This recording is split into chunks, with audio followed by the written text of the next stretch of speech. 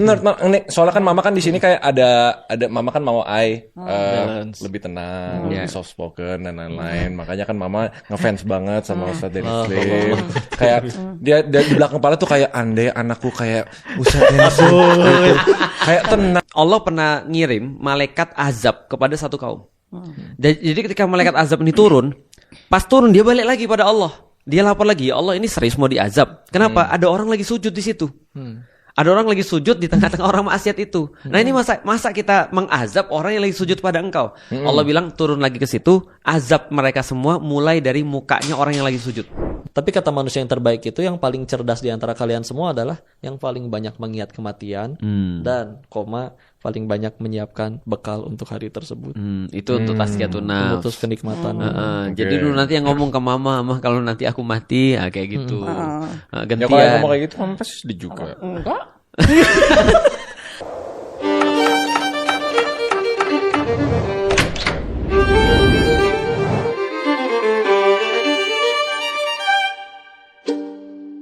Assalamualaikum, Ma. Waalaikumsalam. Assalamualaikum, Ustadz Dennis. Sopan banget tuh hari ini. Karena ada Atau mama pilih acara baru. Tapi Mama hari ini kayaknya seneng, Ma. Kenapa Mama hari ini seneng? Seneng dong. Kenapa seneng? Alhamdulillah. Ya, karena dikelilingi orang-orang sipit. Ya, dikelilingin orang-orang baik, orang pintar. Gitu. Mudah-mudahan baik betulan doanya. Atau karena di tengah-tengah Mama sadar kayak, wah Ustadz Felix kok malah makin bikin Raymond makin keras ya. Mama perasaan mau anaknya tuh lembut, sabar Enggak juga. gitu ya. Keras kalau kerasnya itu dalam hal belajar Pada untuk keras lebih keras tempatnya, itu bagus. Oh bagus. Iya, jangan kerasnya yang kerasnya suka maki-maki orang ya jangan. Oh ya, benar. Kalau keras itu karena semangat mau belajar ya bagus ya. Makanya hari ini ada tamu khusus request daripada Bunda AI. Request dari Bunda.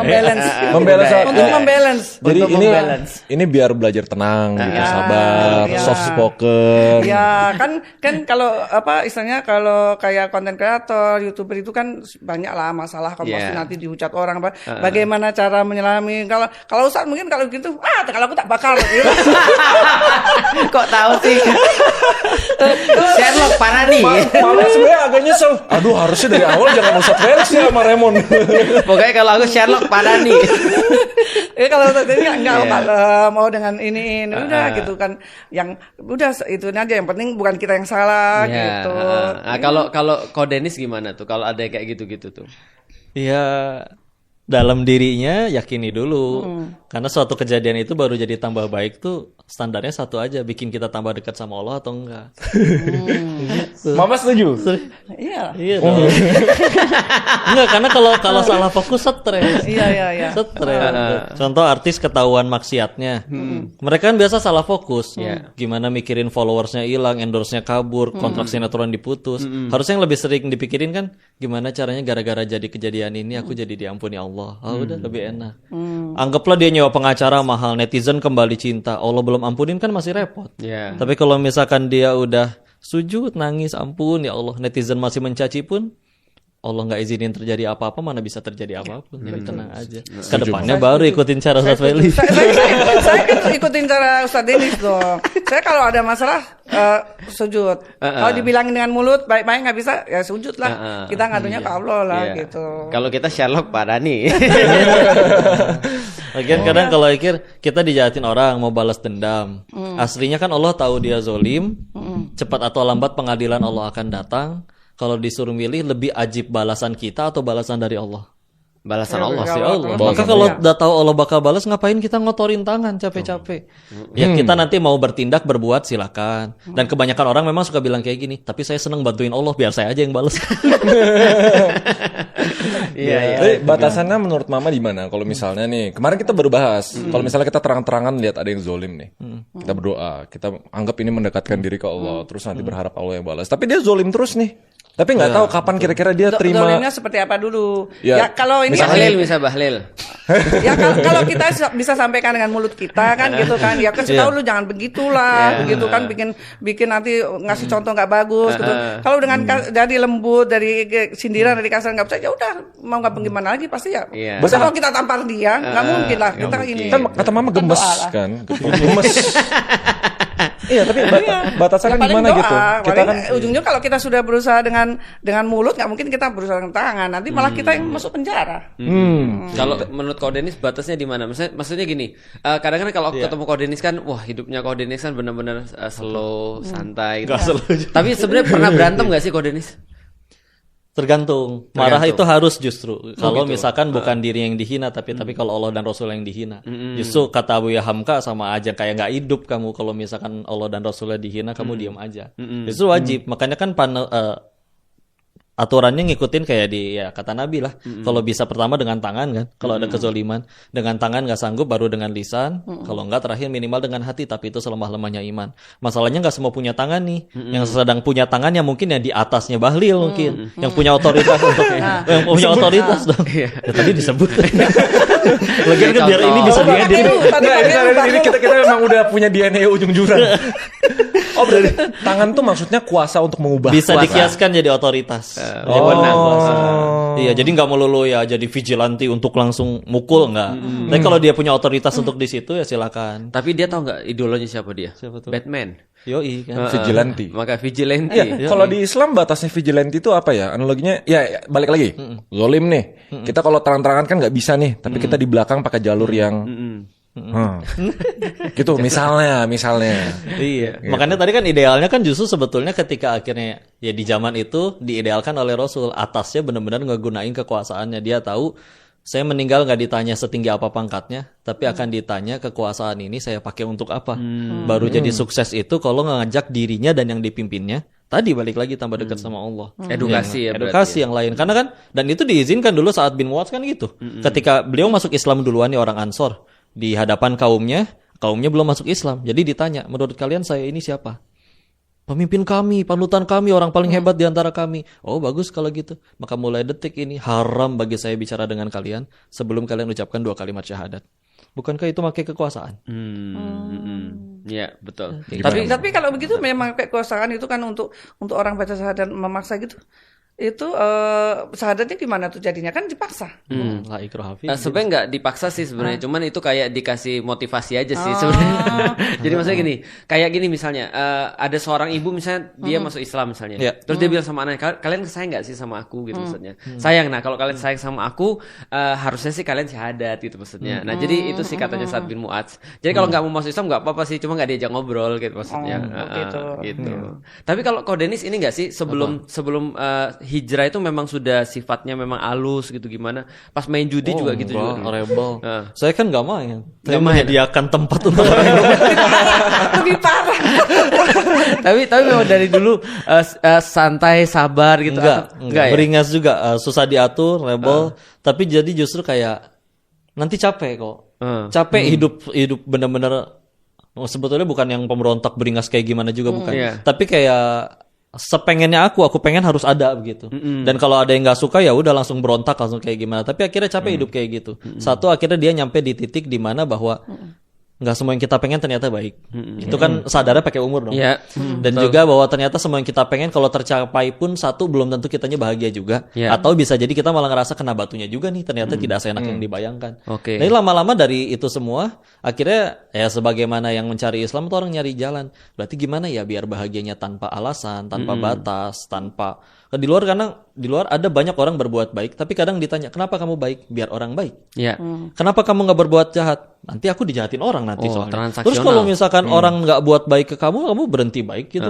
Orang nyebutnya mungkin karma ya. Efek sampingnya, saya ngelihat betul-betul itu di Thailand. Kenapa banyak yang judi online? Karena sadar betul, saya zolimnya di mana? Pemain saya nggak saya paksa, menang juga saya bayar. Saya zolimnya di mana? Atau bahkan mohon maaf yang hybrid ya. Laura lanang ora wadon ora gitu ya. Atasnya perempuan bawahnya laki-laki. Mereka juga nanya, "Saya salahnya apa?"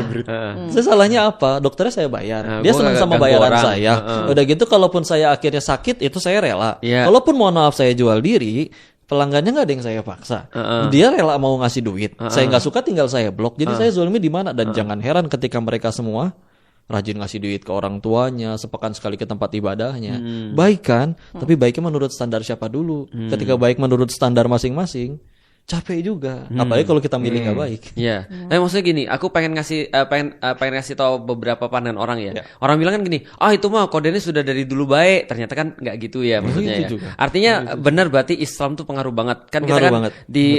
di episode-episode akhir daripada Escape ini kan kita lagi bahas transcendence nih. Ada perubahan yang diakibatkan oleh Islam gitu maksudnya. Nah, berarti memang betul itu diinisiasi oleh Islam gitu maksudnya. Islam. Ketika Kodenis belajar terus kemudian Islam jadi berpengaruh terhadap kehidupan gitu ya. Dan biar adil makanya waktu itu saya TK sampai SMA-nya kan sekolah Katolik kok. Iya. Jadi udah gitu saya tinggal lama dengan Popoh, beliau Buddha. Dikasih makan Sama, daging. sekolah SMA Kristen. Iya kan? Jadi ya akhirnya 3 itu di Islami lah. Katolik, Kristen, Katolik. Bahkan dulu kalau anak-anak pada suka ngeband pelayanan di gereja ikut. Sama. Tapi dia main musiknya. Oh, Iya. Nggak ikut nyanyi. pantesan lu bisa nyanyi. Gue bisa lagu-lagu tapi rohani izin loh. sih kepala sekolahnya, Bu, boleh nggak kalau si misalnya Raymond main musik, masuk musik aja. Kalau main musik aja sih boleh aja Iya. lah gitu. Aku pegang Asal kerenceng jangan aja nggak ikut boleh. sekolah minggu. Dan entah gimana anak-anak gereja itu main musiknya jago-jago semua. Iya, makanya aku disuruh keluar aku. Gara-gara nggak bisa. Kalau soalnya. Iya udah. Jadi ya dari gitu. Konsep ketenangan itu kan harus melewati atau menguasai kekacauan. Jadi harus ada chaos, di overcome, baru benar-benar tenang gitu. Kalau tenang tapi nggak ngelewatin chaos, atau kalau kita bahas kita kan krisis gitu loh. Nah, tapi pertanyaannya kan sekarang kita lagi mode, kalau tinggal di Indonesia ya, ini menurut Ai mode krisis nih. Apakah butuh lebih tenang atau butuh yang bisa menguasai kekacauan?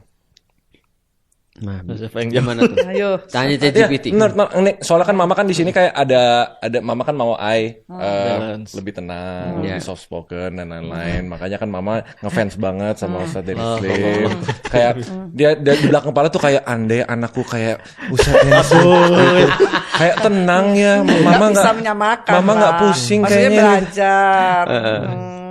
Iya. Iya. Tapi kenapa asal usulnya mama pengen Ai itu kayak menganut ketenangan, lebih soft. Karena lu nggak tenang dari Ya, dulu ya, lu bikin masih ini. masalah. Bener.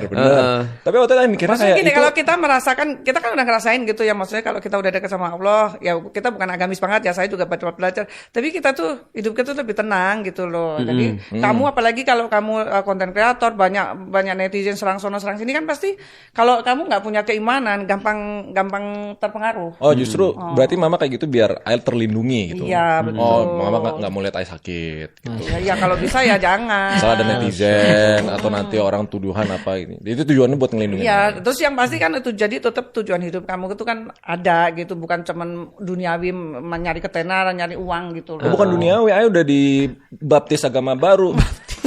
udah dilempar beban peradaban Ustadz Re, kalau gitu, Re, kamu bisa kayak gini, fight, kamu lama-lama ya nanti muncul di susunan direksi pemerintah bayangan. Asik. Ya bagus, pokoknya kan intinya tujuannya kan Allah gitu loh. Tujuannya bagus untuk Allah gitu. Tapi Apapun. jadinya kan aslinya orang krisis ya, stres ya. Kan penyebabnya tuh aslinya 2. Satu nggak tahu mesti ngapain. Oke. 2 ngerasa rugi. Ngerasa rugi gimana maksudnya? Rugi dong, misalkan aku udah berbuat baik tapi kok dia malah nggak ngebalas kebaikan. Nggak ada sesuatu yang dia lihat. Betul. Nah, obat untuk 2 hal itu kan satu, kalau nggak tahu mesti ngapain, ilmu. Makanya orang-orang berilmu jauh lebih tenang, udah jelas banget kan. Ya. Karena dia mesti ngapain. Apalagi kalau misalkan dia punya panduan yang dia yakini banget ini tuh wahyu dari yang nyiptain. Maka dia tahu banget apapun yang terjadi dia udah punya solusinya, tinggal cari dari petunjuk yang sudah ada. Untuk supaya punya sudut pandang yang kedua nih, ngatasin yang kedua nggak rasa rugi, ya udah dia ganti dengan sudut pandangnya selalu untung, yaitu pakai kacamata iman. Karena kan kalau di Quran surat 16 An-Nahl ayat 97-nya ya, barang siapa beriman kepada Allah, man amila sholihan bin zakarin aw untha fahuwa mu'min. Nah, barang siapa dia beriman kepada Allah dan beramal soleh, akan diberikan hayatan thayyibah, kehidupan yang baik. Jadi hidup yang baik itu udah kudu ada ilmunya, ada imannya, ada. Udah dia jadi tenang. Jadi apalagi gitu yang bisa zolimin dia. Anggaplah dia udah berupaya dengan ilmu yang dia punya, tetap gagal juga. Ya apa ruginya? Karena yang dikejar udah bukan itu semua, yang dikejar udah Allahnya itu balik lagi. Ibarat kayak ngelihat bulan indah. Tapi kalau misalnya lihat bulan kan nggak ada yang berantem, betul ya, Mami? Ya lu jangan lihat bulan itu, yang boleh cuman gua nih. Masa kayak begitu?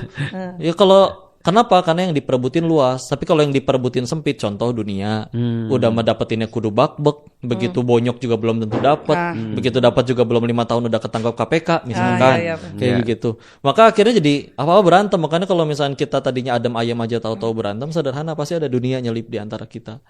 Jadi tinggal dijaga itunya, gitu. Tujuannya kita dari awal apa? Ibarat gini deh, 270 juta penduduk Indonesia yang boleh jadi presiden berapa orang? Satu. Apa kabarnya negara ini kalau semua orang ratusan juta itu berantem demi satu posisi? Kemarin yang rebutan cuma 3 aja berantemnya tetap se-Indonesia.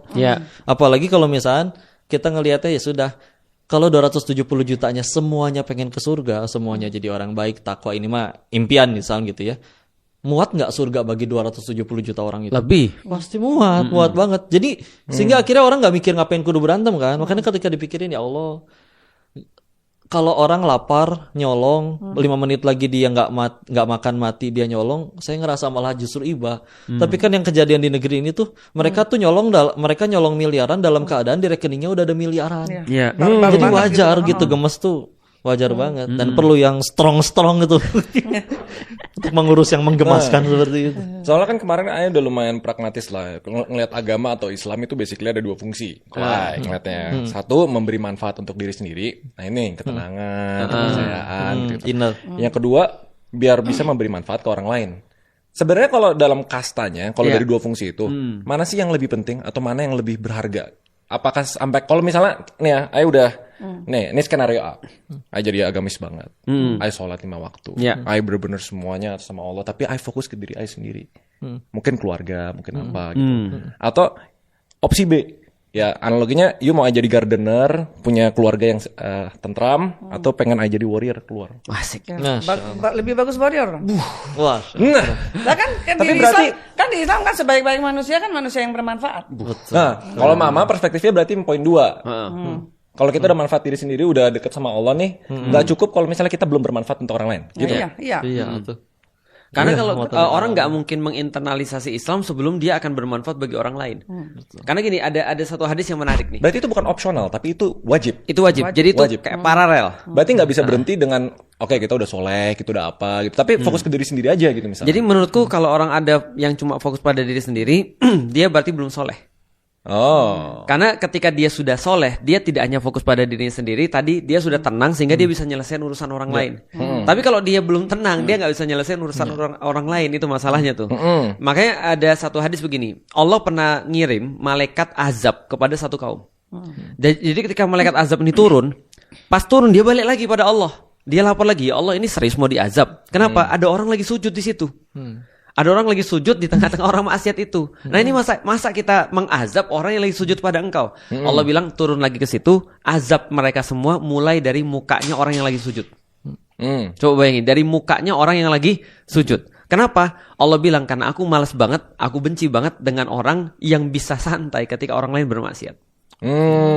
Itu keimanan juga ya. Betul. Berarti ketika dia tenang, dia bisa nyelesain orang lain tadi. Kalau dia nggak tenang, gimana bisa nyelesain orang lain? Dia sendiri aja bakbuk misalnya, atau bisa nggak tenang gitu misalnya. Nah itu sih sebenarnya bukan pilihan sih menurutku, itu kayak paralel gitu. Berarti di jalur yang tepat tuh. Wis. Iya kan? Dan gunakan. Tapi harus istiqomah, harus ada bimbingan terus. Oh ya. Jangan berhenti belajar. Pasti. Iya benar. Karena menurut Bunda Ai, kelemahannya ego. Makanya sedangkan Dennis Lim itu terkenal banget bisa berarti mama kan selalu ngingetin supaya lu nggak ada kelemahan. Biar aja kelemahan mah pasti ada. Nggak mungkin manusia banyak. Kalau ibu kelemahan anak mah banyak. Iya, cuma yang paling gede ego. Paling nggak bisa ngontrol, bisa inilah gitu. Kalau gitu ego gimana cara ngontrolnya ego? Jadi kejaran ego nih. Berarti kan ego tuh kaitannya entah dengan idealisme atau kepengennya dia kan. Jadi pokoknya semua harus dengan caranya dia atau kepengennya dia. Masalahnya kita balik lagi, nanti umur itu akan ngejawab bahwa loh kata siapa yang aku pengen tuh bagus semua. Sehingga akhirnya sederhana ya, kadang kalau ketika kita balik lagi kenapa kayak Ustadz Felix atau semua pun siapapun yang bicara ke Islam kok balik lagi ke contoh-contoh terbaik itu kan bukan fanatik aslinya. Lebih kayak kalau kita jadi pengen jadi pemain bola pasti belajar ke CR, nggak mungkin ke Chef Juna gitu loh. Benar. Sudah ada orang-orang yang istilahnya kita pengen sukses, pengen mulia, pengen mati, pengen bahagia dunia akhirat. Ada orang yang udah sukses, mulia, bahagia dan paling banyak bahagiain banyak orang, contoh Rasul dan para pengikutnya. Terus kita nggak mau ngikutin cara mereka, berarti selama ini kita ngikutin cara siapa? Bahagianya ngarang. Pantesan stres melulu kan kalau ngarang. Jadi ketika akhirnya udah ada contoh yang jelas, seperti menananya kan, kita mendingan ngikut, tapi ngikut bener-bener orang yang pasti bener. Ya. Atau daripada punya ideal sendiri, trial dan error, bak-bak bonyok sana sini. Iya. Mungkin orang yang salah gitu. Jadi kepala tikus atau buntu singa. Iya, ya itu episode itu aku nonton jawabnya tuh. kepala tikus lagi. Red King tuh keren loh mah, kalau di game Red King tuh jago gitu. Alhamdulillah. Iya, berarti tadi ya ego tuh berarti karena kita masih diri kita sendiri gitu ya. Berarti lu harus banyak-banyak ngikutin Rasulullah gitu maksudnya, supaya tidak ego. Nah, Gitu. bahasa kerennya kan tiap manusia kan punya inner demons-nya. Ya kan. Kalau filosofinya kan ada dua wolf, mau kasih makan yang mana nih? Kasih makan yang jahat atau kasih makan yang baik gitu kan. Jadi tujuannya mama pertemuan hari ini tuh biar I bisa kontrol inner demon yaitu ego I gitu. Melalui kehangatan, ketenangan dari Mati nasi biar anget. Tapi pengen tanya kok, lebih menyenangkan mana bagi Korimon ketika achieve sesuatu, pride, atau ngelihat ada orang dapat manfaat, dapat kebaikan dari achievement tersebut? Nah, Oh dia orang jadi gue masih tahu gedein lagi. ego. Gitu Sampai sekarang gue Gitu ya. dengan besar hati mengakui gue masih gede ego. Mas yang pertama lu ya. Contoh kayak gini. Ego gue tuh karena digedein dari kecil tuh gue invisible. Oke. Analoginya orang yang nggak kelihatan, diinjak. nggak Itu punya karena kontribusi protection dan dulu lain-lain. pernah ada orang berusaha jahatin nggak? Teman-teman berusaha. Oh iya, jahatin? gue Iya ngerasa dong. waktu itu secara mental mungkin ya, kayak gue bukan siapa-siapa gitu. Jadi pelampiasannya tuh kalau ngelihat ke diri sendiri ya, egonya tuh I wanna be someone. Iya. I wanna be someone impactful. I wanna be apa. Nah tapi kan banyak orang tuh kalau pas udah switch gitu, I wanna be someone dengan cara-cara apa nih? Yep. Kan kalau gue revenge jadi someone yang penting kaya gitu misalnya. Dan bisa menghalalkan korupsi, menghalalkan apa dan lain-lain. Kebetulan karena kan ajaran mama, ajaran agama. Tara kan Ada remnya. if I wanna be someone yang dikenal sama orang, egonya di sana pengen kelihatan gue bisa ngelakuin sesuatu, Nge-proof sesuatu lah. nge-proof sesuatu. Make sure itu sesuatu yang positif. Ngerasa invincible-nya waktu itu tuh berarti kalau aku lihat berarti ada salah satu andilnya adalah gara-gara supaya aku nggak mau ngizinin aku disakiti sama orang-orang ini. Ya nggak sih? Udah ngelewat fase itu. Kalau dulu iya, mungkin di umur 20 sampai 25. Betul. To protect Makanya justru myself. karena sekarang sudah terlalui. Ya, Lu sudah. mau buktiin apa lagi gitu. Bener. Dia kayaknya kalau achieve sesuatu Orang pakai tuh kan- izin ya. iya. Heeh. Orang banyak lo berusaha dekat sama Kofelik. Heeh. Tapi yang diajak untuk duduk bareng diizinin ini. Lu tau nggak berapa banyak orang minta ke gue kontak Coach Felix untuk undang beliau kajian? Langsung gue kasih kontaknya Dennis. Joper gue lagi kan jadi gitu. Tapi sehingga akhirnya kalau ada orang yang menganggap beliau ini di Indonesia sosok dan gue tahu bagaimana orang pengen dekat dengan beliau dan yang akhirnya diizinkan Raymond untuk istilahnya berada di circle ini, udah nggak ada lagi yang harus dibuktiin gitu istilahnya. Sehingga akhirnya berarti harus merjuangin ego apalagi yang harus diperjuangin. Sehingga akhirnya nanti kan ketika pertanyaan yang tadi kok saya tanya di awal, senang dengan achievementnya atau senang dengan ada orang dapat kebaikan gara-gara achievement tersebut. Karena nanti pelan-pelan harusnya mulai ngerasa nih, senang ngebeli barang yang aku suka sama senang bikin orang senang tuh beda loh. Bener kan? Makanya ketika akhirnya dan nanti seiring berjalannya waktu, terutama mungkin izin ya, ketika udah jadi orang tua, udah jadi ayah, sekian banyak ayah di luar sana tuh rela dia yang bonyok, yang penting anak yang dia sayang bahagia. Iya. Bener. Iya kan? Nah, ketika akhirnya nanti kalau misalkan kadang dulu juga aku di titik itu soalnya nggak peduli dan dulu lebih kecil lebih gimana sehingga akhirnya sama dulu akhir katanya prematur juga. Jadi ketika akhirnya ada yang pengen bully sama berusaha aku harus jadi seseorang dan jadi jatuhnya kayak aku nggak ngizinin orang tuh nyakitin aku gitu. Tapi ketika akhirnya perjalanan waktu sudah ada yang dibuktikan prestasi Bismillah sudah ada apapun itu ada nyampe di titik bahwa ya udah orang paling banter juga cuman hebat. Gile si Dennis. Udah gitu doang kayak manggil ayam kan gitu juga. Atau tinggal gitu-gitu aja sendiri gitu. Sehingga akhirnya nanti mau ngapain lagi nih ketika akhirnya pengen jadi apa, nyisain apa? Karena kalau sekedar pengen jadi juara, banyak juara yang akhirnya dikubur juga. Tapi ada orang yang dia berjuangnya itu untuk orang lain. Ya itulah orang yang disebut orang besar itu orang yang dia sibuk ngurusin orang memang. Akhirnya jadi tokoh, jadi sesuatu, jadi kebaikan. Sehingga misalkan nanti hidupnya 60 tahun, tapi dia punya pahala jariah nyampe 8 abad gitu. Karena kebaikannya tuh masih ngepek. Iya.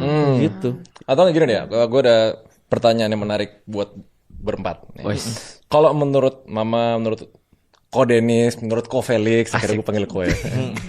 Kalau misalnya Itu kayak Mandarin aja gitu semua bermain. kalau misalnya dideskripsiin kasta manusia yang paling tinggi, Iya. that can live and die di dunia, Iya. itu manusia yang ngelakuin apa? Atau ninggalin apa? Atau terserah deskripsiin. Manusia yang kasta paling tinggi itu apa? Ya kalau di itu ya itu manusia yang paling bermanfaat itu loh. Paling bagus-bagus manusia kan malu yang bermanfaat. Manfaat berarti angle-nya. Setuju apa ada angle lain? Aku setuju. Itu yang paling tinggi, bermanfaat bagi orang. Nah, kalau manfaat kan kita ngomong tindakan, ya kan, bukan intensi. Kalau misalnya, ya egonya tuh kayak gitu kan. Yeah. Misalnya, walaupun egonya, pengen dikenal, pengen apa gitu, pengen dilihat, prove something, I can do something gitu. Yeah. Tapi kan aksinya ya, yang penting align sama yang menurut Mama kasta manusia paling tinggi, yaitu fokus ke memberikan manfaat kan. Betul. Itu dihitung salah atau enggak? Enggak. Asal caranya benar ya.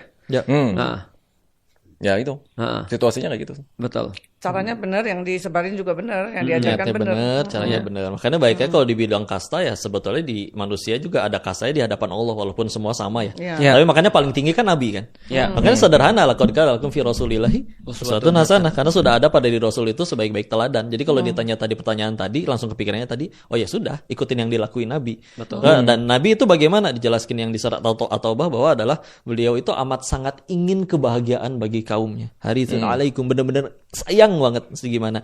Maka ya yang harus lebih pikirin adalah gimana caranya kita punya hati yang kayak gitu tuh.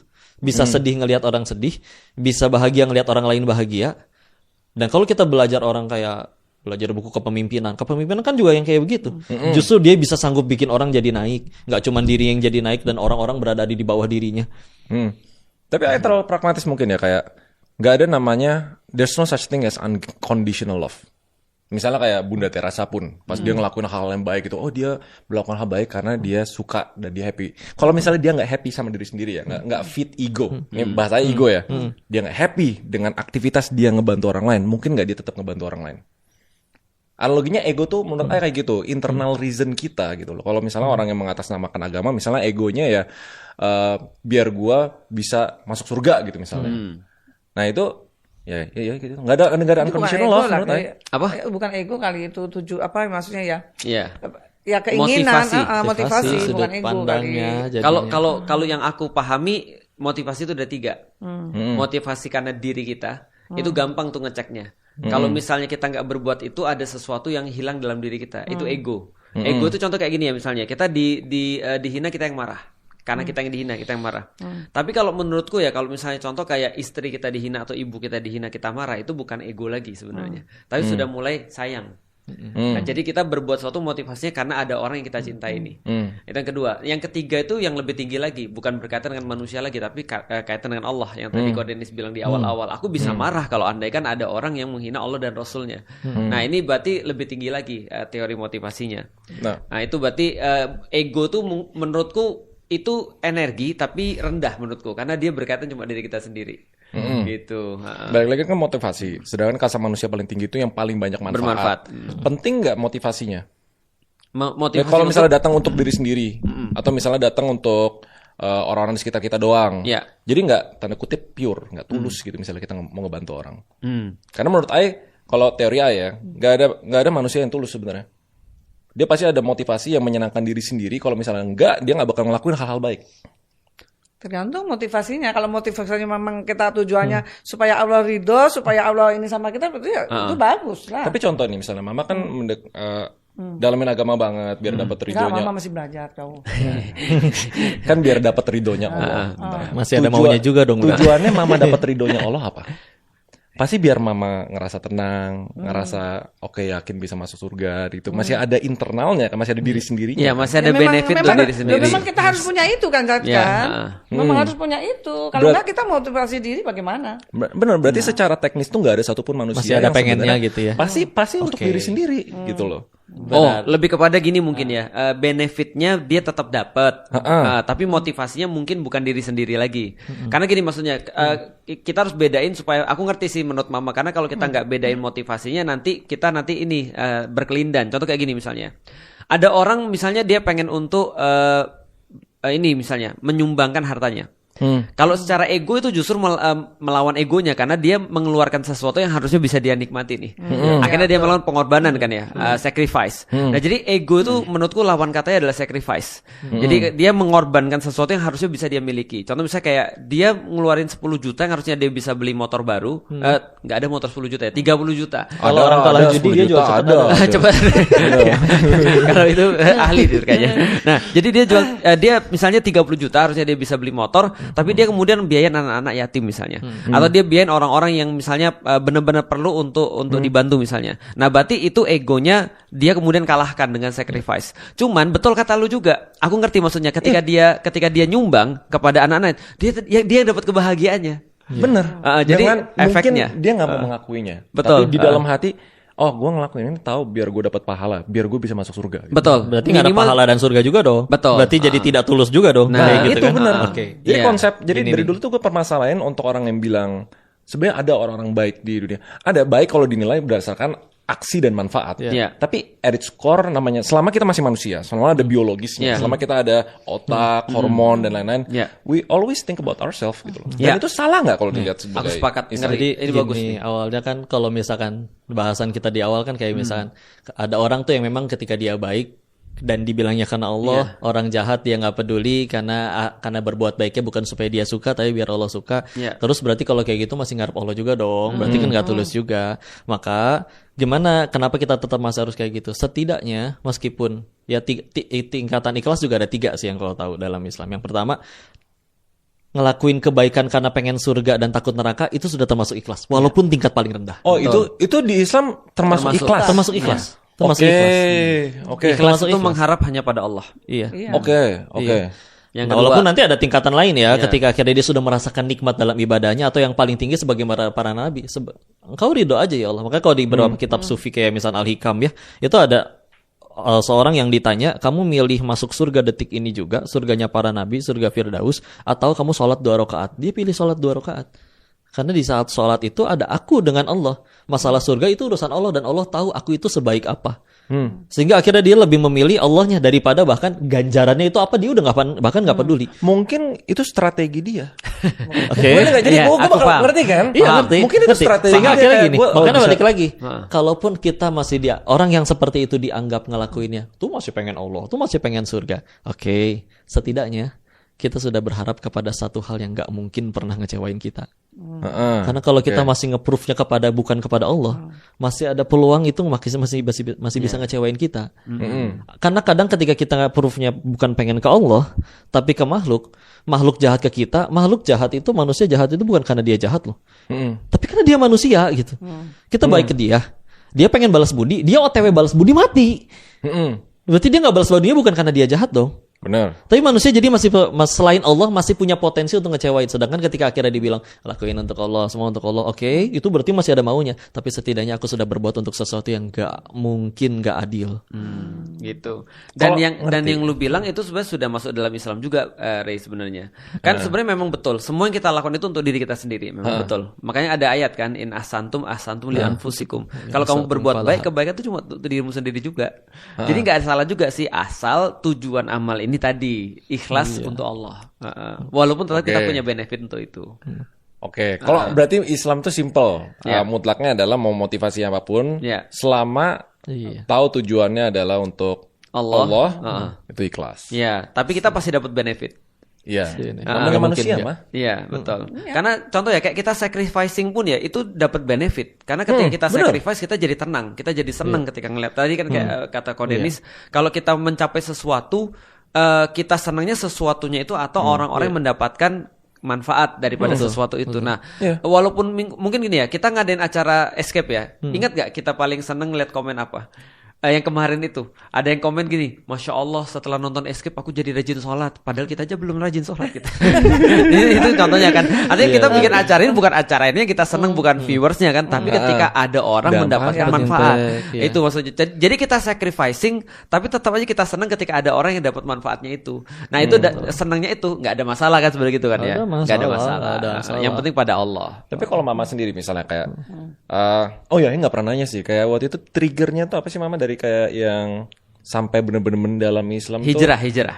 Pas coba kalau internal motivationnya mama tuh waktu itu apa? Ini Kalau nggak interview. salah ya biar ketenangan diri kan kalau salah waktu Iya, itu. ketenangan diri. Karena Berarti waktu itu kemarin mama- nggak tenang mama. Apanya? Kemarin Enggak, nggak dulu sih saya sih hidupnya biasa-biasa aja gitu. Biasa Maksudnya aja. kalau untuk soal ekonomi sih, karena memang dari kecil juga saya hidup susah, jadi nggak Ya. kayaknya mau diuji ekonomi, diuji apa, kayaknya kita santai aja, sombong banget masih nggak perlu Allah gitu kan, oke aja gitu. Cuman ada saatnya tuh kalau apa ya, diuji hati, kayaknya diuji hati tuh kalau ini wah kayaknya nggak kuat nih, kayaknya aku mesti minta tolongnya ke Allah nih Ya. gitu. Nah, jadi dari situ tuh kayaknya kalau diuji hati nggak kuat nih, kayaknya mesti minta tolong. Dari situ baru mulai belajar. Pas gitu waktu loh. itu masalah siapa? Ray ya masalahnya ya? Enggak sih. Oh, enggak. Kalau Kirain ini Ray masalahnya. ya nah Siapa tahu. Kalau anak-anak tiap hari bikin masalah. Gara-gara lu Tapi misalnya nggak ibu jadi terlalu- mama jadi hijrah nggak sih, gitu. lebih ke ini aja ya, pokoknya ada pemicunya, tapi nggak kembali lagi ya. Saya nggak tahu ya. Mungkin Allah itu memang waktunya mau ngasih hidayah itu kita nggak tahu ya.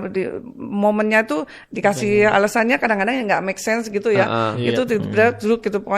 Pokoknya saya waktu itu pinginnya saya punya ujian hati yang kayaknya saya nggak sanggup kalau ini gitu loh ya. Saya nggak sanggup kalau ini sendiri. Kalau cuma ujian ekonomi, mau susah makan, mau apa, kita udah biasa hadapin gitu. Sombong lah gitu masih kayak nggak perlu Allah gitu. Tapi pas diuji hati, kita mau ngadinya gimana, mau ngatasinya gimana merasa gitu lemah, kan? Karena kan hati kita nggak bisa, bukan hal yang terlihat, tapi itu bisa kita iniin. Nah, itu baru saya itu belajar ini. Waktu itu personal benefitnya buat mama adalah mama nyari Lebih ketenangan tenang. hati. Lebih tenang. Gitu kan. Makanya Lebih tenang. carinya Allah. Ya, jadi saya mulai belajar ini, terus kayaknya tenang, terus saya belajar baca Arab juga udah tua, udah begitu kan. Saya tuh dari kayaknya saya dengar lagunya suaranya apa itu Felix Xiao. Felix Xiao. Denisin. itu yang baca Maher Al-Muluk Zain. bukan Maher Zain siapa Ustadz yang perempuan Arab apa? itu? Yang ini Sudais. Bukan. Sally Yang lembut. Jaber. Bukan. Yang Ih, lembut. Kadang-kadang suka Mana? blank nih. Dennis Lim. Jamil. Mama grogi ya di Hanan samping. Ataki. Bukan, orang Arab. Dia baca Al-Muluk tuh kayaknya, kok hati tenang bang. Saya puter. Saya belajar dari audio. Saya Min belajar. Sari Rashid. Syamil Rashid. Al-Fasari apa? Min Iya, Sari misalnya Rashid. Al-Afasi. Itu Iya, Al-Muluk beliau. yang rekaman yang dulu, Iya, yang dia iya. masih rekaman di studio gitu. Itu kan enak banget gitu. Iya, ya. iya. Adem, saya ulang. Terus saya belajar. Itu saya belajar benar-benar dari Adi Bata gitu. Ada Pak Ustadz dulu yang Ustadz yang di Bekasi itu kan. Terus dateng ngajarin dari belajar benar-benar dari Ali Iya. Bata gitu kan. Masya Allah. Tapi karena saya ya itu dari kok enak gitu dengerin lagunya dia, kok enak. Saya ulang, saya tukut, saya belajar dari itu. Lama-lama saya belajar sendiri gitu ya. Memang katanya kan nggak boleh belajar sendiri, tapi kan nggak mungkin Emang kita nggak kalau nggak ada boleh? temennya harus ada yang ini. Tadabur ini jatuhnya. Tadabur. nggak Kalau apa-apa. tadabur boleh. Iya. Kalau tafsir nggak boleh. Tadabur apa? Tadabur Tadabur tuh tuh dia meresapi, Iya. terus Oh, belajar meresapi. artinya, tapi ya artinya kan beda-beda lah. Mesti Iya. memang tetap harus ada. Tadabur. Soalnya takut salah Iya. interpretasi. Tadabur itu gitu. lu baca Quran seolah-olah Quran tuh diturunkan untuk lu. Oh. Jadi diturunkan untuk lu Kok semata pas nggak yang lain. banget Ya, ini Iya. banget ya. Karena kalau kenapa tafsir nggak boleh sendiri, tafsir jatuhnya nanti produknya banyak, bisa jadi Iya, hukum, bisa jadi apa. bahaya. Jadi kalau nanti kita nafsirin sendiri dan kita menyebut itu hukum itu sesat. kita yang fatwain, takutnya salah kan? Karena nanti dipakai oleh banyak orang. Iya. Kalau tadabur kan buat diri sendiri. Buat diri Lantas sendiri. siapa yang standarisasi ini orang layak untuk menafsirkan untuk orang lain gitu? Bagus banget. Tafsir ya. Ya. Jadi gini, tafsir itu dikatakan puncak daripada ilmu Islam. Ah. Karena dia memerlukan banyak sekali ilmu-ilmu yang lain. Disiplin ilmu.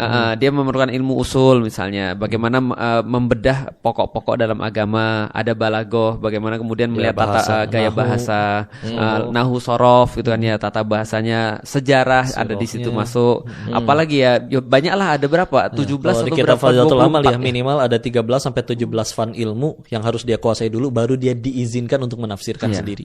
Betul. Dan ini labelnya ustadz. Enggak. Kalau mufassir itu sudah labelnya udah ulama ulama mujtahid.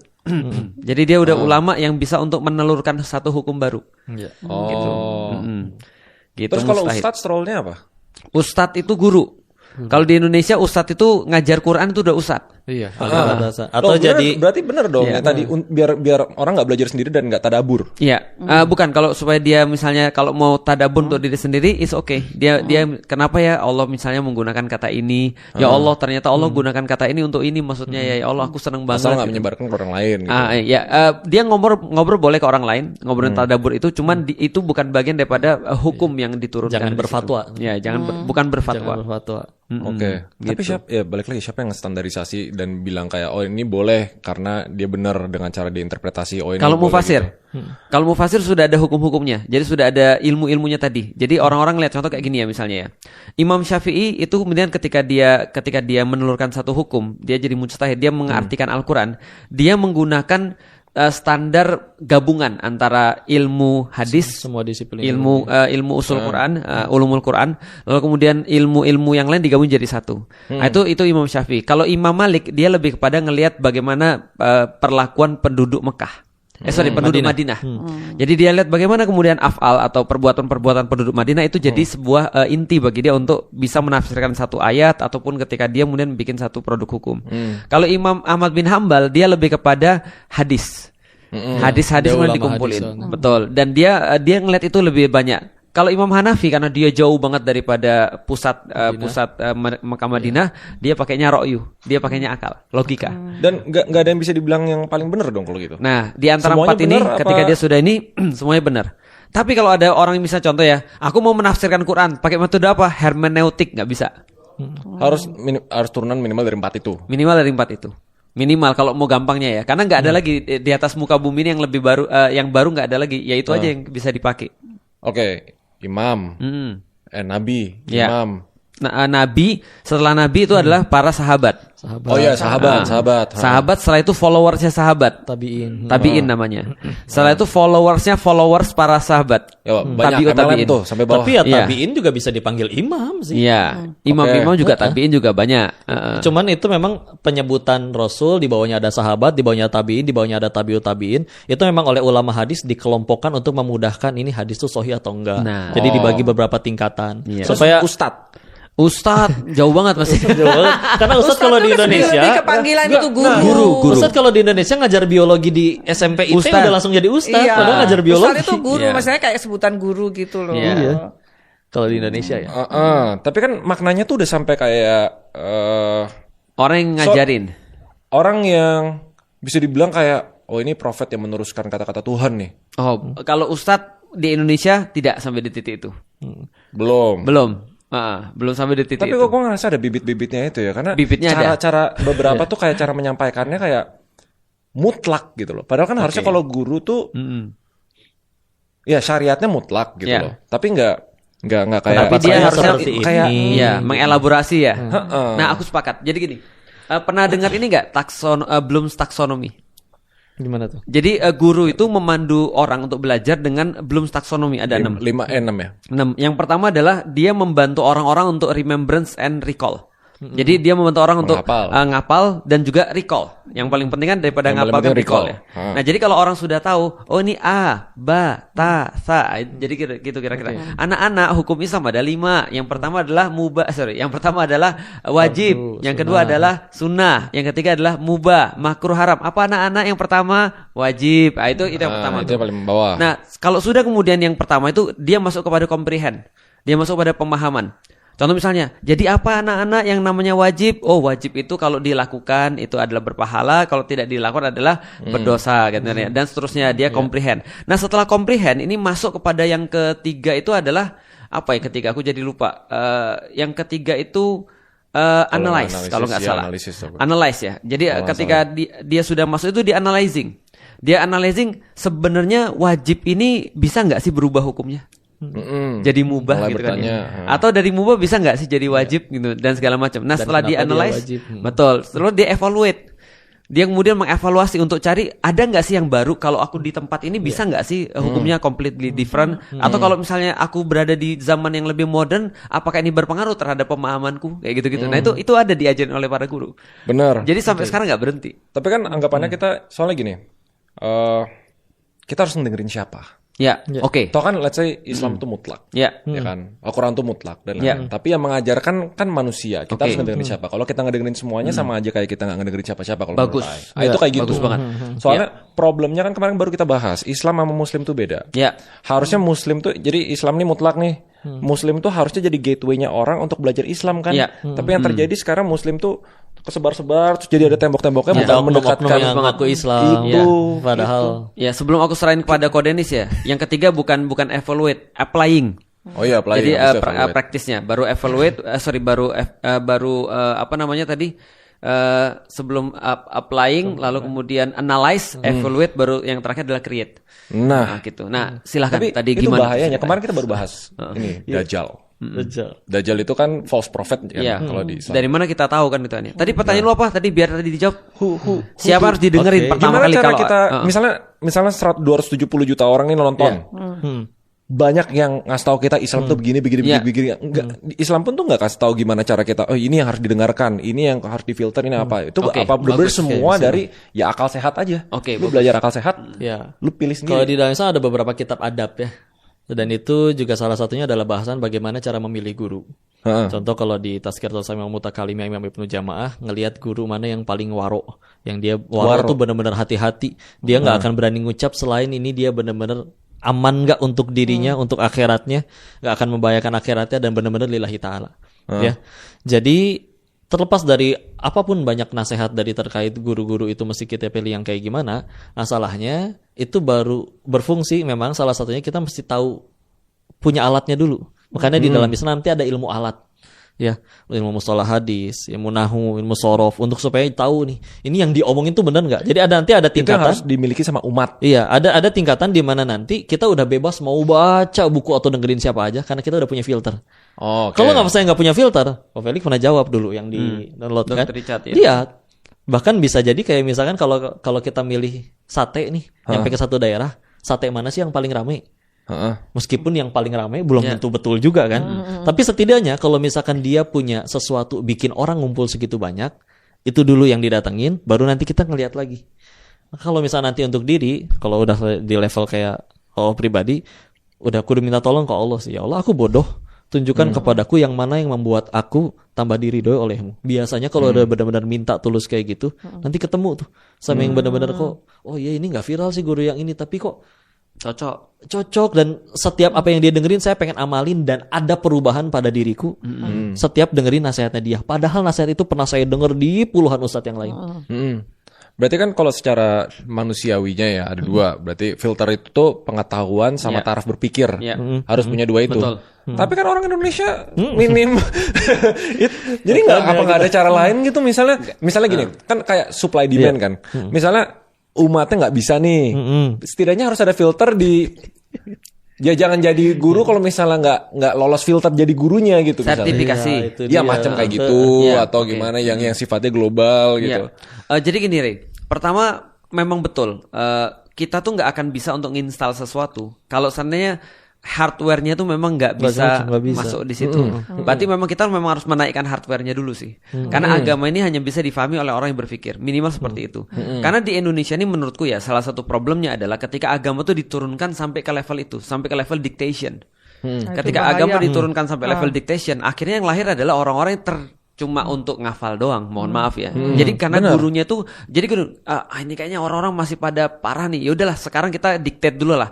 Nah, cuma nggak dinaikin ke dalam level pemahaman atau level applying gitu maksudnya. Nah, jadi tetap lu harus memang ngajak orang-orang ini untuk berpikir. Maka kita bilang kan gini ya, kalau aku punya kesempatan di Indonesia ya, daripada aku ngajarin agama terlebih dahulu ya, aku ngajarin mikir terlebih dahulu. Nah, tapi kan kayak chicken and egg kan. Agama untuk mengadopsi berpikir atau berpikir untuk mengadopsi agama. Itu udah chicken and egg. Betul. Tapi realitanya sekarang agama udah diadopsi lebih duluan nih. Betul. Lebih banyak. Di kasusnya Indonesia nih. Betul. Agama tuh udah. Benar. Ya gitu. Betul. Makanya tugas lu lebih berat sebenarnya daripada tugas seorang ustadz. Karena tugas seorang ustadz ini, contoh ya, yang sudah belajar agama ini, dia bisa ngajarin agama, belum tentu bisa ngajarin berpikir. Sedangkan sekarang yang diperlukan itu adalah ngajarin orang berpikir, menaikkan taraf berpikir orang. Nah, itu yang dilakukan oleh para nabi. Jadi para nabi itu sebelumnya ketika dia ngajarin agama, naikin taraf berpikir orang. Dan itu part of ngajarin agama untuk naikin taraf berpikir orang. Cuman masalah balik lagi chicken and egg kan. Contoh kayak gini deh. Betapa banyak orang-orang ketika menjadi guru di pesantren, dia nggak bisa ngajarin critical thinking. Gitu kan ya. Mana yang jadi jangankan dia belajar agama mana yang lebih dulu, critical thinking aja dia nggak bisa. Kan kadang-kadang malah kalau terlalu banyak pertanyaan yang itu malah suka nggak boleh. Ya itu Kalau dia tuh. iya, Itu problematikanya. Keluhan tentang yang filsafat ya. Iya, Jadi kalau terlalu banyak mempertanyakan terlalu banyak tanya deh gitu istilahnya. Soalnya kan ini topiknya gini, Indonesia tuh udah terlanjur semuanya mengadopsi agama, bahkan sebelum berpikir. Itu root cause-nya kenapa? Menurut gue ya karena false teachers dong. Ya, itu tepat. Iya dong. Nah, balik lagi kan kayak yang menyebarkan informasi ini jadi krusial banget. Benar. Gitu loh. Masa kalau udah tahu itu jadi hal yang penting banget, nggak ada aturan mutlaknya misal dari Islam atau kayak organisasinya atau apapun itu kayak ya jangan terjadi kayak gini gitu misalnya. Nah, itu memang akhirnya apa ya? Kayak berkelindan ya. Contoh kayak gini ya misalnya. Kalau di zaman dulu idealnya di zaman Rasulullah ya. Di zaman Rasulullah kan Rasul yang kemudian punya otoritas untuk bisa menyeragamkan atau bisa untuk memberikan standarisasi kan gitu kan ya. Dan Rasulullah punya tim untuk kemudian memberikan standarisasi itu. Baik standarisasi itu berkaitan dengan bacaan Quran, standarisasi itu berkaitan dengan bagaimana kemudian adabnya dan seterusnya itu punya tuh.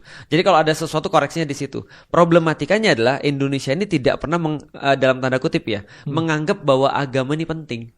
Sehingga sebenarnya agama ini tidak diberikan seperti itu. Benar. Jadi artinya agama ini cuma diperlakukan kayak menurutku ya cuma metode cari duit yang lain aja. Contoh misalnya yang paling gampang ya, kalau lu tanya ke orang-orang muslim ya, yang pasti sumber untuk belajar Islam itu ada dua, yang undisputed, benar-benar sudah mutlak, Quran, Sunnah. Nah, tinggal bagaimana Quran Sunnah ini diajarkan kan gitu kan ya sebenarnya kan ya. Karena ininya sudah undisputed nih. Tinggal bagaimana tafsirnya gitu kan ya. Bagaimana kemudian orang yang ngajarnya. Nah, ini yang disputable. Nah, sekarang memang sudah terlanjur kita tuh punya, mohon maaf, bukan hanya guru-gurunya, tapi cara untuk mengajarkan atau kurikulumnya adalah kurikulum yang problematis. Karena kurikulumnya dimulai dengan what and how, bukan dengan why. Indonesia 79 doktrin tahun gitu merdeka, ya? udah berapa kali ganti kurikulum. Betul. Makanya kalau dibalikin lagi ke ayat ya, ada kan diulang 4 kali di Al-Baqarah 129, 151, Ali Imran 154, sama yang di Al-Jumu'ah yang ayat 62. Huwallazi ba'atsa fil ummiyina rasulam minhum yatlu 'alaihim ayatihi wa yuzakkihim. Itu adalah yang dilakukan Rasul, 4 stepnya. Dia akan membacakan ayat-ayatnya dan juga akan mengajarkan hikmah dan juga akan, itu yang paling penting, wa yuzakkihim. Jadi tadi kalau yang ditanyakan Korey terkait bagaimana ini akal nih, akal menjadi salah satu filter supaya kita tuh bisa belajar benar ini guru benar atau enggak. Masalahnya tadi akalnya ada yang pada kayak begitu. Ya, makanya di situ ada kata wa yuzakkihim. Jadi Nabi itu enggak cuma ningkatin taraf berpikir, tapi salah satu tujuan Nabi berdakwah juga adalah menyucikan jiwa. Menyucikan jiwa. Makanya kalau bicara nyuciin jiwa, maka kita punya satu alat lagi nanti, nurani. Lihat, ini gimana ya? Ini orang pintar banget nih secara ini nih. Tapi kok bertentangan dengan nurani ya? Masa dia mimpinnya gitu? Masa dia ngajarinnya gitu? Dan akhirnya kok orang-orang yang ikut ajaran dia kok juga malah jadi lebih kasar? Sehingga akhirnya kita nih, anggaplah ada orang yang punya akalnya IQ 78 misalkan, ya. Tapi ternyata dia nurani insya Allah semua masih pada punya. Selevel singa aja masih ngelindungin anaknya soalnya. Maka ketika akhirnya kita udah ada nurani di situ, ya Allah, ini emang guru ini nggak luar biasa pintar, hafalannya biasa aja. Tapi aku jadi baik gara-gara dia, dan dia pun menunjukkan kebaikan. Makanya nanti ketika akhirnya bicara ilmu itu luas, salah satu fungsi ngaji yang saya tahu itu adalah untuk makin tahu nyari kekurangan diri, bukan makin jago nyari kekurangan orang lain. Di zaman sekarang gara-gara tadi tidak ada standarisasinya, orang sebebasnya bicara agama. Akhirnya ketika bicara orang ngaji jadi sibuk berantem, yang itu kafir, jangan ikutin dia, ayo saling bunuh, ayo saling berantem. Makanya tadi ketika akal dan nuraninya nyatu nih, makanya Nabi ngajarinnya 4 itu tuh, nggak cuma ningkatin taraf berpikir, tapi Nabi juga menyucikan jiwa. Apa Nabi datang ke orang kafir Quraisy pengen bikin mereka pinter? Orang kafir Quraisy tuh pada pinter, mereka jago dagang kemana-mana. Tapi ya Nabi paham betul bahwa kalau ada maling ayam bodoh, malingnya mau nangkap ayam, ayamnya nggak ketangkep, malingnya ketangkep, bodoh soalnya itu maling. Tapi ya, yang repot kan kalau misalkan malingnya sendirian tapi pinter, yang nyolong sendiri, yang lapar jutaan rakyatnya, ini repot. Makanya di situ ada satu faktor lagi, nurani bermain. Ajaran ini menyucikan jiwa atau tidak? Bagus itu. Nah, kita belum pernah bahas topik nurani loh. Sebagai filter. Kok selama ini kan mungkin karena kita logik banget. Iya, kita super logik soalnya logik banget kan. Kalau misalnya nggak masuk akal, nih pola pikirnya kalau nggak empiris, pragmatis, rasionalis. Nurani ini Gimana cara menjelaskan atau kayak mematerialisasi nurani ini gimana gitu? Iya. Nurani kan jadi kayak masuk ke akhlak Iya. kan. Iya. Jadi makanya kan kadang-kadang bilang mana sih lebih bagus akhlak atau ilmu gitu Iya. kan. Ini yang kita bahas kemarin tuh, Rey. Yang 4 langkah. Yang pertama yang kognitif, afektif, lalu kemudian motorik dan behavioral. Sebenarnya kayak gitu sebenarnya. Minta tolong, Bro. Mama memang lihat satu-satunya podcast yang dipotong tengah jalan buat foto. Nggak apa-apa. Itu berpahala. Nggak apa-apa. Ngambil foto dari CCTV. Nyenengin mama itu berpahala. Oh iya benar. Iya. Kita kemarin baru bahas tentang seberapa Penting sakral, posisi seberapa ibu. Ibu. Oh itu Iya. Masya Allah. Kita kemarin baru bahas itu. Ma. Iya, luar biasa. Jadi Ayah nggak boleh Ada yang masuk nggak? Coba contoh. Mama nasihatin Ayah. Apanya? Nasihatin Ayah coba contoh. Kan tiap hari mana nasehatin. Ini Nggak boleh tuh. Itu nggak Iya. boleh. Angkat suara hari ini juga nggak nggak boleh. boleh. Terus Iya. misalnya nah itu nggak boleh. Emang iya. Kan dari dulu mama udah sering nasehatin begitu. Tapi kan itu kembali lagi. Iya mah. Lu cuma pengen A-nya doang gitu. Gue cuma sampai nyuruh. Memang kocak nih bocah nih. Iya pinter. Kalau lagi kayak gini sama ibu kelihatan anak kecil. Emang. Jadi Itu bener. Itu bener. jadi yang dimaksud dengan wayuzakihim atau wayuzakikum dalam ayat yang lain itu adalah tadi dia menyucikan afektif. Karena gini, kita pernah bahas antara akal sama perasaan. Di mana memang teori lu apa yang lu pakai kemarin yang teori Cognitive apa? dissonance. Bukan yang locus of Locus yang of control itu, yang iya. yang apa yang naik kuda atau naik apa itu? Yang mana? Yang apa pikiran itu mendahului perasaan itu apa? Orang mengendalikan Yang mana ya? kuda atau apa gitu? Oh, analoginya. Lupa Iya. gua. Nah, pokoknya kita pernah bahas tuh. Nah, akhirnya kita sampai pada satu titik di mana akal tuh memang diutamakan di dalam Islam. Benar. Karena memang kalau nggak ada akal, orang nggak akan bisa untuk mencapai keimanan. Dan Tapi bahkan jadi nggak kena syariat juga. betul, kan? nggak kena syariat. Nah, ketika tadi dibahas sama Kodenis tadi, yang kita pernah bahas juga ada 4 langkah itu, yang setelah akalnya mereka itu terus kemudian sudah tercerahkan, dia masuk kepada wayuzakihim, dia masuk pada tazkiyatun nafs. Nah, tazkiyatun nafs itu begini ceritanya. Jadi ada banyak sekali dalil-dalil di dalam hadis bahwasanya di dalam tubuh manusia kata Rasulullah ada segumpal daging. Kalau daging itu bagus, maka bagus semua. Kalau daging itu buruk, maka buruk semua. Ya. Apa? Wahya qalb. Kata Rasulullah. Jadi dia adalah qalb atau Kalbu. kolbu. Kolbu. Nah, kolbu ini tidak layak dikatakan hati juga. Karena hati itu di sini nih liver. Benar. Kan ya? Liver Secara tergantung wujud hati sudut itu pandang liver. Nah, Kalau bukan bukan itu. apa? Ada yang bilang juga jantung.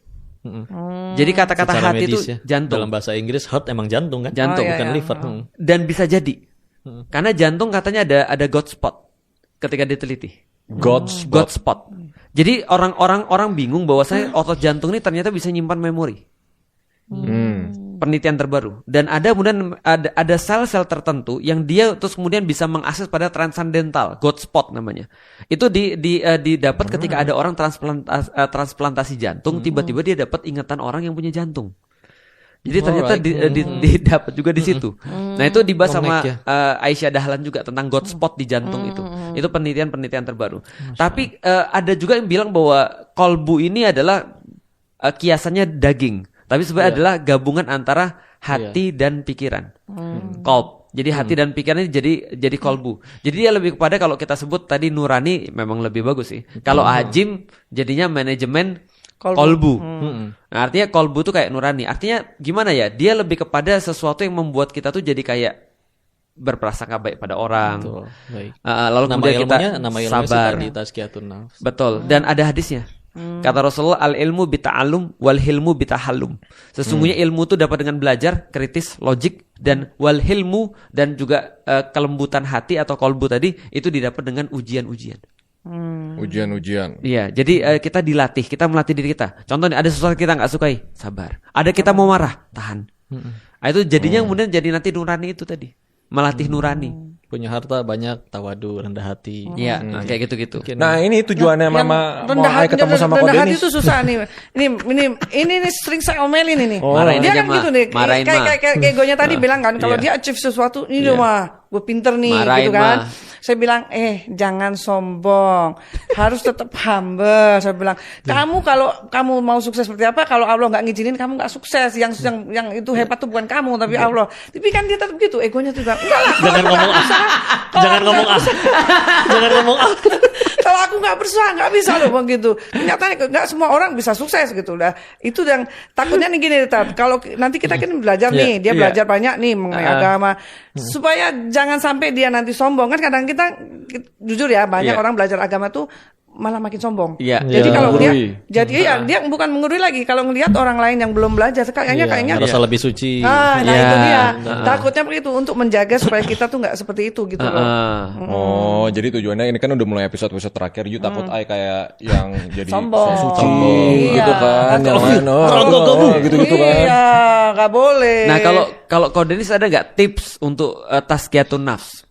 Insyaallah. Ada poin-poinnya nggak biar nanti Ray bisa praktek? Satu kita pahamin dulu ya, tazkiyatun nafs itu penting di semua disiplin ilmu. Oke. Bahkan ngaji Quran aja belajar ilmu tajwid, nggak pakai tazkiyatun nafs, ngelihat yang bacaannya beda, jangan aneh itu imam. Jangan sholat di belakang Nah, dia. ya itu. perkara serius, perkara beda bacaan dan padahal ternyata ada 7 riwayat bacaan menurut Nabi yang bisa jadi berbeda. Ya, maka salah satu caranya sih memang kalaupun kita nggak ngelakuin apapun, nanti biasanya digeprek sama Allah sih. Oke. Untuk dapat sesuatu. Biasanya. Cuman kan maksudnya kita ngarep digeprek dulu. Janganlah. Itu Gimana masalah. cara Iya. menggeprek diri sendiri sebelum digeprek Allah? Kalau digeprek Allah takut. Masya Allah. Ada beberapa amalan untuk melembutkan hati sih dalam Oke. Islam. Ngebelai kepala anak yatim. Oke. Iya. Wisata rohani juga kalau Membelai mau. diri sendiri nih anak yatim dia. Anak yatim, jadi dia beli sendiri loh. Anak yatim. Iya, belai kepala Steven. Udah enggak. Iya yatim secara ini tapi kan sudah mampu ini anak kecil-kecil yang itu. belum. Bang. Makanya kan kalau mama sering ngajak tuh ke panti-panti tuh gitu, Ikut lu, biar jangan- biar ngerti juga tuh mereka tuh nggak kurang. Iya, kurang tapi bersih ini. sering ikut nggak dia atau dia Kalau nggak- waktu kecil ya paksa harus ikut. dipaksa. Gedenya susah. Iya, susah lu, makanya lu. Oke. Ya, lanjut. Iya makanya kan balik lagi. Dan juga ya salah satu yang ditolong oleh waktu itu nanti kan kita akan ketemu orang-orang yang lebih superior dari kita sih sebetulnya. Sehingga akhirnya kita tuh mentok gitu. Kalau dalam misal alhamdulillah, kalau di dalam zaman dulu ya alhamdulillah ada orang-orang seperti Imam Syafi'i, siapa yang mau berantem, siapa lagi yang mau sombong karena ada beliau. Kalau kalau Felix suka bilang di sini siapa mau sombong sama Ustadz Adi Hidayat. Jadi kan repot kan. Sehingga akhirnya dengan kayak gitu tuh bikin kita sadar bahwa selalu akan masih ada yang lebih. Lagian juga ketika akhirnya kita itu ditolong oleh Allah, jadi kan tahu bukan kitanya yang hebat gitu, kita jagonya. Biasanya orang yang dinasihatin kayak gitu tapi Mami biasanya suka mikir lagi, tapi kan aku ikhtiar, kalau aku nggak ikhtiar nggak kayak begitu kan. Iya, betul banget. Yes. Iya. Bener nanya kayak gitu. Adanya juga iya sama. Iya banget. Makanya ya saya kayak gini, kalau ada yang nanya kok kalau misalkan aku nggak ikhtiar gimana, misalkan ya dokter datang ke UGD habis ya ke UGD, dokter nggak datang juga, kalau kata Allah saya sembuh loh, dokter juga nggak datang. Ngapain dokter ke UGD misalkan pasien kurang ajar misalkan kayak gitu. Maka kan pertanyaannya balik lagi, oke kita ikhtiar, tapi kalau ditanya berarti buat apa kita ikhtiar nih kalau misalkan semuanya Allah yang nentuin. Kan makanya kontradiktif kan, wah kalau kata mama semuanya Allah yang nentuin, buat apa aku ikhtiar gitu dong. Iya betul. Oh ya udah, aslinya kan kita ikhtiar sejatinya itu untuk satu hal saja, agar jadi amal soleh. Kita Jadi ngumpulin ikhtiar itu amal, bentuk ibadah. ngumpulin pahala. Karena jangan disuruh kayak begini nih.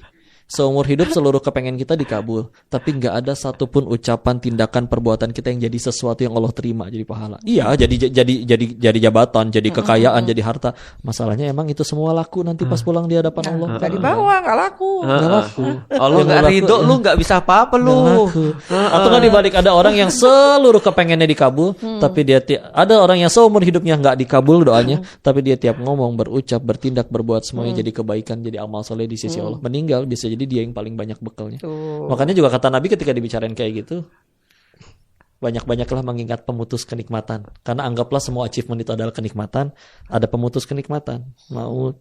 Dan yang itu disebut lumayan oleh praktikal sebenarnya sarannya. Iya, kata Semakin Nabi. banyak kenikmatan yang kita rasain, cari pemutusnya gitu kan. Iya, jadi harus ingat mati. Betul. Mati itu harus, makanya kan kita bilang, mama mati terus yang diomong. Lah memang kita manusia harus sering ingat mati kan? Lah, iya. Bayangin ya, sebagai orang tua, sebagai ibu, mama nggak takut mati. Ya mama nggak mau hidup lama gitu. Anak kan juga. Iya. Ini mah. Kan, emang saya gitu tuh. Dari dulu saya sebelum misalnya itu saya udah kita kan nggak tahu ya, memang umurnya kita nggak tahu. Jadi saya tuh selalu kalau mau pergi aja saya selalu nyiapin nih kalau mama mati, kalau misalnya nggak pulang nih, umur kan kita nggak tahu. Saya selalu ini apa warisan, bukan warisan lah, kita nggak sebut warisan. Pokoknya yang mama punya ini sampai pin ATM anak-anak saya kasih tahu semua.